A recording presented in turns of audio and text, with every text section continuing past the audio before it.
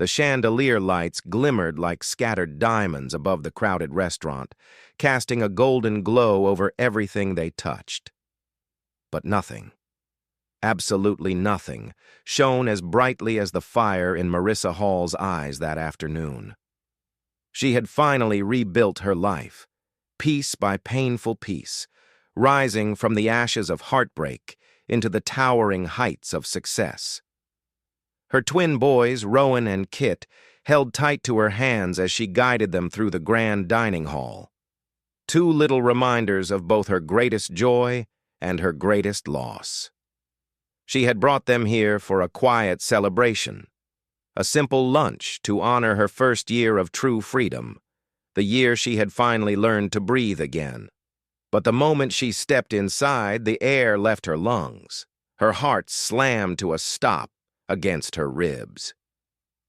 Because sitting alone at a small table near the window, looking smaller and more defeated than she had ever seen a human being look, was Adrian, her ex-husband, the man who had once shattered her entire world.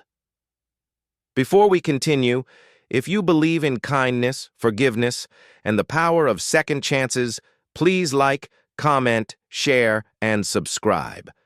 And tell us in the comments where you're watching from. Marissa hadn't seen Adrian in nearly 3 years. In another lifetime, he was a brilliant architect, charismatic and full of promise, until the shadow of a gambling addiction consumed him whole. Their marriage unraveled. The money vanished. The trust collapsed into dust. She hadn't left him out of anger, she had left out of survival.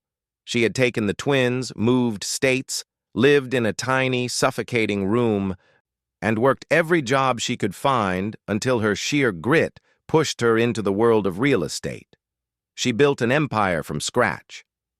Adrian, meanwhile, had disappeared into the darkness of his own mistakes. And now, by some cruel twist of fate, he was here. Marissa tried to steady her breathing as she guided the boys to their reserved table, but her eyes betrayed her. They drifted back toward him.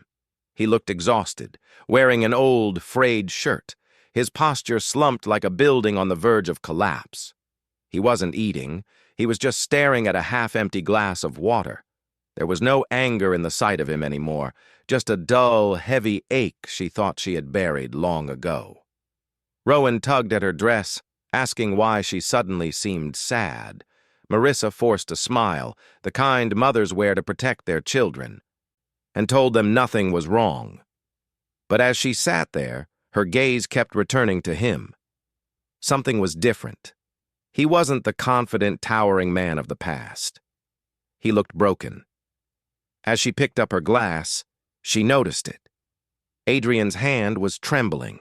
At first, she thought it was nerves, but then she saw the way he winced, the way he pressed his palm stiffly against the table to make it stop.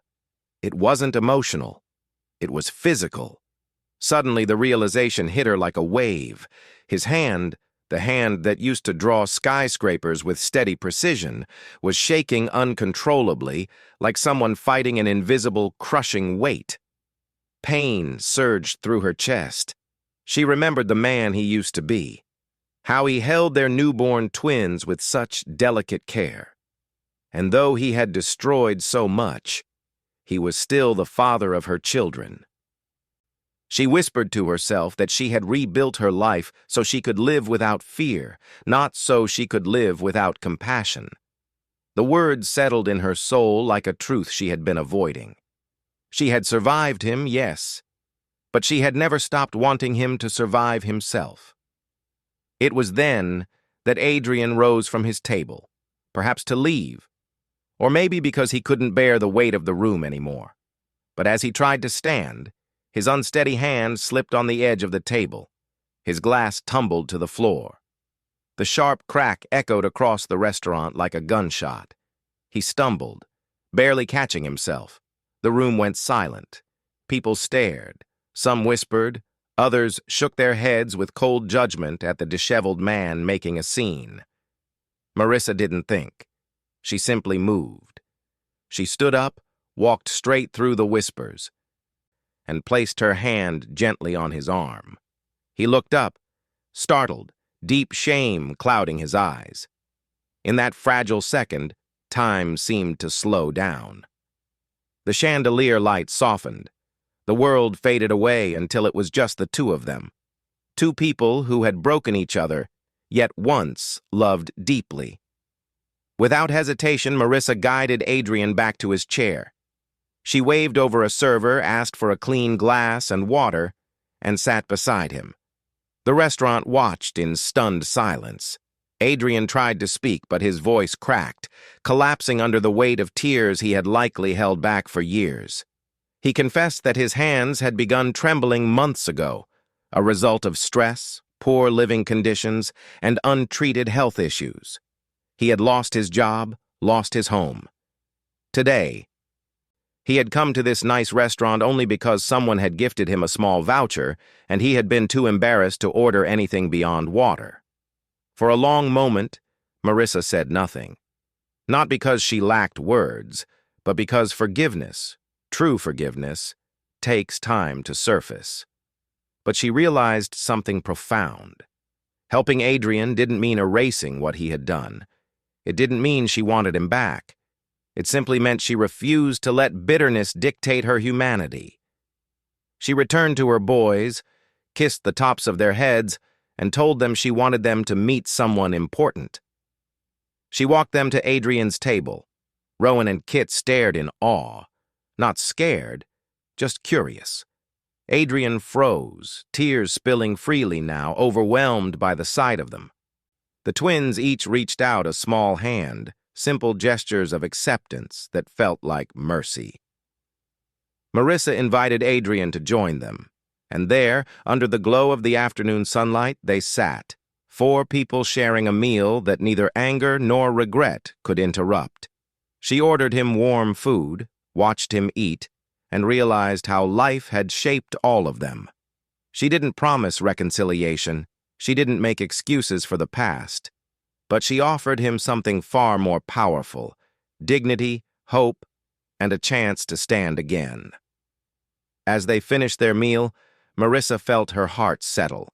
She understood that kindness didn't weaken her. It proved she had grown stronger than the pain that once broke her. It's easy to judge someone when they fall. It is easy to turn your back on those who have hurt you. But sometimes, the most unbelievable act of strength is simply choosing kindness when the world expects you to choose bitterness. If this story touched your heart, please share it with someone who needs it. Support us by subscribing to the channel so we can keep spreading light in a dark world. And before you go, tell us in the comments, if you were in Marissa's shoes, would you have done the same? Thanks for watching, and remember, kindness is a choice we make every single day.